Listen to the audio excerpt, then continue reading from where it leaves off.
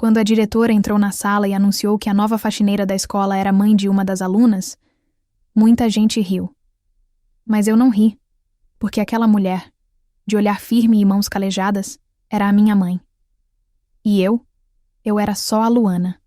11 anos, cabelo preso num rabo de cavalo, uniforme um pouco apertado herdado da prima mais velha, e olhos que não sabiam abaixar diante de ninguém.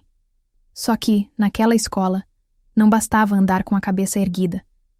Bastava olhar de onde você vinha, e eu vinha da limpeza, da base, do lado de fora da sala dos professores. Você entende o que é crescer com vergonha de onde veio? Já sentiu que seu sobrenome pesava mais do que suas palavras? Se sim, essa história é para você. Desde pequena eu sonhava em ser advogada. Não era porque eu tinha visto em algum filme bonito.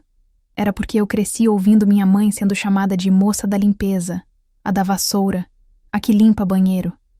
E aquilo doía. Minha mãe era muito mais que isso. Ela era o alicerce da nossa casa. A mulher que nunca faltou um dia de trabalho. Que limpava sujeiras que não eram dela e, mesmo assim, sorria no fim do dia como se tivesse vencido o mundo. Ela dizia que trabalhar com dignidade não era motivo de vergonha. Mas naquele ambiente, as pessoas faziam parecer que era. Olha lá, a filha da faxineira quer ser doutora. Ouvi uma vez no recreio.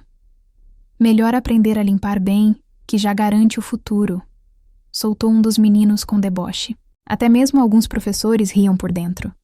Teve um, certa vez, que me chamou na frente da turma e disse: Luana, acho ótimo que você sonhe alto.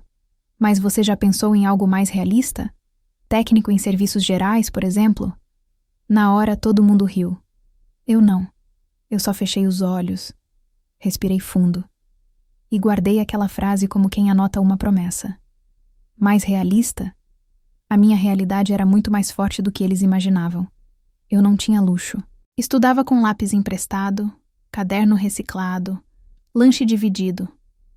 Mas tinha algo que ninguém ali podia tirar de mim: a vontade de vencer. E cada vez que alguém ria, cada vez que zombavam da minha origem, eu só ficava mais determinada. Porque no fundo eu sabia.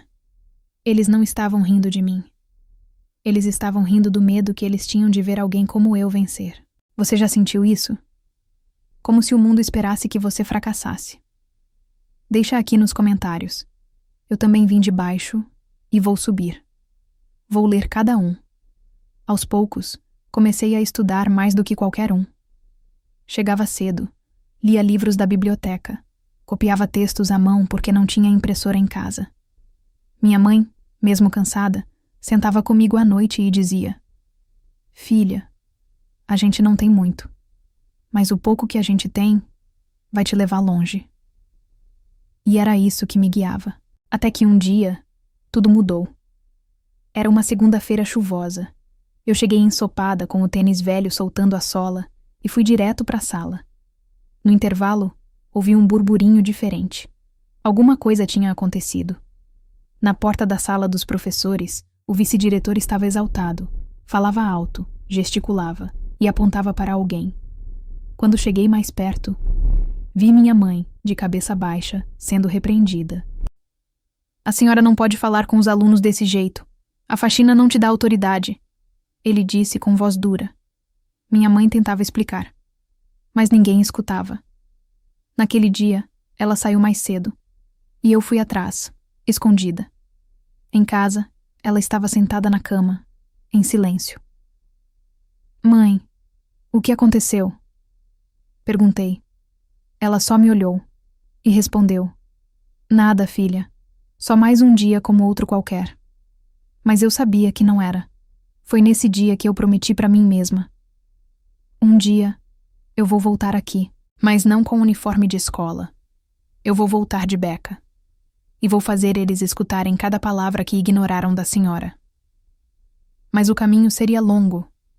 E naquela época, ninguém apostava em mim, exceto minha mãe. E no fundo, isso era tudo que eu precisava. Depois daquele dia, algo mudou dentro de mim. Não era raiva. Não era vingança. era uma certeza. A certeza de que eu não podia falhar. De que se eu desmoronasse, eles estariam ali para apontar o dedo. De que para mim, errar não era uma opção. Você entende isso? Viver com a sensação de que o seu fracasso seria o entretenimento dos outros? A partir dali, estudei com mais sede. Enquanto alguns colegas colavam nas provas, eu passava as tardes na biblioteca. Enquanto riam da minha lancheira de plástico descascada, eu anotava cada explicação da professora, como se fosse ouro. Eu não tinha celular, não tinha computador, mas tinha o que eles não tinham: fome de mudar minha história. Minha mãe continuava limpando os corredores da escola. Às vezes eu ouvia piadas baixas de alunos mais velhos. Chamavam ela de a moça da água sanitária. Mas quando eu chegava em casa, ela sorria, mesmo com os pés doendo, mesmo com as mãos feridas, e dizia: "Sabe qual é o segredo, filha? A gente não precisa provar nada pra ninguém. Só precisa provar pra gente mesma que é capaz." Eu carregava isso como mantra. Na 7ª série, fui convidada para participar da Olimpíada de Redação da escola. Ninguém achava que eu ia passar da primeira fase, mas eu passei. Depois passei para a fase municipal, depois para a estadual. E quando meu nome saiu no jornalzinho da escola como destaque de São Paulo, algumas pessoas começaram a me olhar diferente. A diretora me chamou na sala dela. "Luana, estamos orgulhosos. Você é exemplo de superação." Na hora, tudo o que eu pensei foi: agora sou exemplo? Mas quando zombaram da minha mãe aqui na frente, ninguém disse nada. Mas eu só sorri. Aprendi com minha mãe que a gente não precisa gritar para vencer. Basta continuar. Aos 14 anos, ganhei uma bolsa parcial em um cursinho comunitário preparatório para o vestibular. Ficava 2 horas no ônibus depois da aula. Voltava para casa quase 22 horas. E ainda ajudava minha mãe com a louça. Tinha dias que chorava de cansaço, mas nunca de arrependimento, porque toda vez que pensava em desistir, eu me lembrava da cena da sala dos professores, da minha mãe sendo humilhada, e aquilo reacendia o fogo. Na 3ª série do ensino médio, ninguém mais ria de mim, mas também ninguém me ajudava. Era como se minha vitória causasse desconforto. Teve até uma professora que, sem rodeios, disse: "Você vai fazer direito? Mas é uma faculdade cara, Luana. Não acha melhor algo técnico com bolsa garantida?" De novo. Eles queriam me ver cabendo num molde. Só que eu não nasci para ser pequena. No último ano da escola, entrei numa sala silenciosa com dezenas de outros jovens. E fiz a prova do Enem com um único pensamento na cabeça: se eu passar, não é só por mim.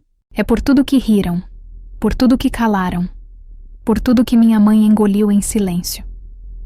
O resultado saiu 2 meses depois. Eu tremia quando digitei meu CPF no sistema.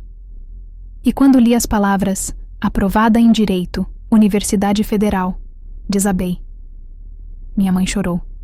Não de tristeza, mas daquele choro silencioso de quem viu a filha romper um ciclo. Eu sabia, minha filha, eu sabia. Naquele momento, algo nasceu em mim. Não era só gratidão. Era propósito. Eu ia estudar, me formar e voltar. Não para esfregar o diploma na cara de ninguém, mas para mostrar que nunca se deve subestimar o sonho de alguém só porque ele veio com um uniforme de limpeza. E foi exatamente isso que eu fiz. Mas quando voltei, não foi só para visitar. Foi para defender alguém. E nessa parte da história, ninguém estava preparado. Se essa história tá te tocando até aqui, se inscreve agora no canal e ativa o sininho. Vem acompanhar mais histórias como essa, de superação, coragem e justiça. A faculdade era linda por fora, mas fria por dentro. Prédios grandes, salas com ar-condicionado, gente bem vestida, celulares caros. E eu, com meus cadernos comprados em promoção, roupa simples e uma mochila herdada da vizinha. No primeiro semestre, me senti invisível. Ninguém zombava de mim, mas também ninguém me olhava nos olhos. Era como se o meu lugar ali ainda estivesse sendo questionado. Você já esteve num ambiente onde parecia que todo mundo tinha um mapa, menos você? Foi assim que me senti nos primeiros meses, mas, como sempre, eu resisti. Estudava nos intervalos, pegava livros emprestados, fazia amizade com os seguranças e com a moça da cantina. Porque ali, entre aqueles que poucos notavam, eu me sentia em casa. Foi um desses seguranças, o seu Ademir, que me deu o primeiro conselho importante. Estuda com fé, Luana. Já vi muito doutor aqui que não sabia ouvir nem a própria consciência. Nunca esqueci. No 3º ano do curso, consegui um estágio num escritório de advocacia pequeno, mas sério. Aprendi mais ali do que em várias aulas. E pela primeira vez, me vi em uma sala com pessoas que me chamavam de doutora. Era estranho. Doutora? Eu. Mas então eu me lembrava da minha mãe varrendo o pátio da escola. E respirava fundo. Eu estava exatamente onde precisava estar. Até que um dia, algo inesperado aconteceu. Recebi uma mensagem da minha antiga professora do ensino fundamental. A mesma que, na época, tinha me defendido quando zombaram da minha mãe. A mensagem era simples. Luana, sei que você se formou ou está perto. Preciso de ajuda. É urgente. Liguei na hora. Do outro lado da linha, a voz dela tremia. Fui acusada injustamente por uma mãe de aluno. Disseram que eu agredi a criança. Mas é mentira. Estão me afastando e eu não tenho advogado. Meu coração gelou. Ela continuou. Lembrei de você. Vi seu nome numa lista de ex-alunos da faculdade. Desculpa se tô sendo invasiva. Eu engoli seco. Aquela mulher tinha sido uma das poucas que acreditaram em mim quando todos zombavam. Claro que eu vou te ajudar, professora. Na semana seguinte, marquei com ela no antigo colégio.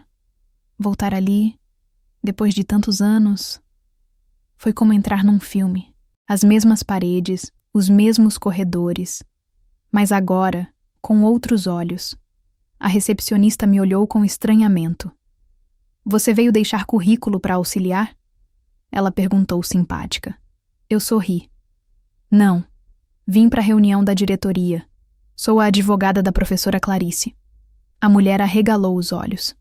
A coordenadora, ao me ver, hesitou um instante antes de dizer: Luana, você voltou mesmo. Eu assenti. E nesse momento, a sala se encheu de um silêncio diferente. Não era mais o silêncio do desprezo. Era o silêncio da surpresa. Reuni os documentos, escutei o relato da professora e prometi. Vamos lutar por justiça, com respeito, mas também com firmeza. Na saída, passei pelo pátio. Alguns alunos me olharam, e entre eles estava uma menina de trança, sentada num canto, com os mesmos olhos que eu tinha naquela idade. Aproximei-me e perguntei: Tá tudo bem? Ela fez que sim, mas os olhos diziam não. Tirei da bolsa um chocolate que trazia sempre comigo e entreguei para ela. Para quando o mundo parecer muito amargo, ela sorriu. E naquele momento, eu soube. Eu não estava ali só para resolver um processo. Eu estava ali para ser o que ninguém tinha sido para mim, uma ponte. Na semana seguinte, era dia da audiência. E eu já sabia. Não seria uma audiência comum. Porque o que estava em julgamento não era só uma professora. Era também a memória de tudo que vivi naquele lugar. E eu ia falar. E eles iam ouvir. A sala de audiência não era grande, mas naquele dia parecia enorme. Eu cheguei cedo, com a beca passada, cabelos presos com cuidado, pasta organizada. A professora Clarice estava nervosa, tremia. Não sei se aguento, Luana. Estão me tratando como criminosa. Coloquei a mão sobre a dela. A senhora foi minha base. Agora deixa eu ser a sua. Ela sorriu, chorando. Pouco a pouco, a sala foi se enchendo. Diretora, coordenadora, a mãe que fez a denúncia, alguns curiosos da escola. E, lá no canto, estava o mesmo professor que riu quando eu disse que seria advogada. O mesmo que olhou para mim com desdém quando eu usava tênis furado. Agora, ele não dizia uma palavra. O juiz entrou. A audiência começou. A promotora falava com firmeza. Tinha um tom acusatório. Trazia fotos, recortes, alegações. A mãe da criança, que nem estava presente, dizia que a professora havia gritado, sacudido o braço da criança, ameaçado. Tudo parecia uma encenação. E então, foi a minha vez. Levantei, respirei fundo e comecei. Excelência, o que está sendo julgado aqui vai além de um gesto mal interpretado. O que está em questão é o peso de uma palavra dita por impulso, contra uma vida inteira dedicada com afeto e paciência. Mostrei vídeos da professora em sala, cartas de alunos, depoimentos de colegas. E então, o silêncio caiu. Essa professora foi minha guia.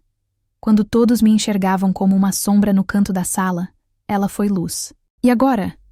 Querem apagar essa luz por causa de uma denúncia vazia? O juiz me olhava fixamente. O mesmo professor, que antes ria, agora abaixava os olhos. Continuei. Quando eu era aluna desta escola, ouvi que devia sonhar mais baixo, que era melhor procurar um curso técnico, porque direito não era para quem vem de onde eu vim. Parei, olhei em volta. Pois bem, hoje eu estou aqui, de beca, com OAB, falando como advogada, e mais, como alguém que acredita que a verdade sempre encontra a voz. Fiz uma pausa longa e concluí.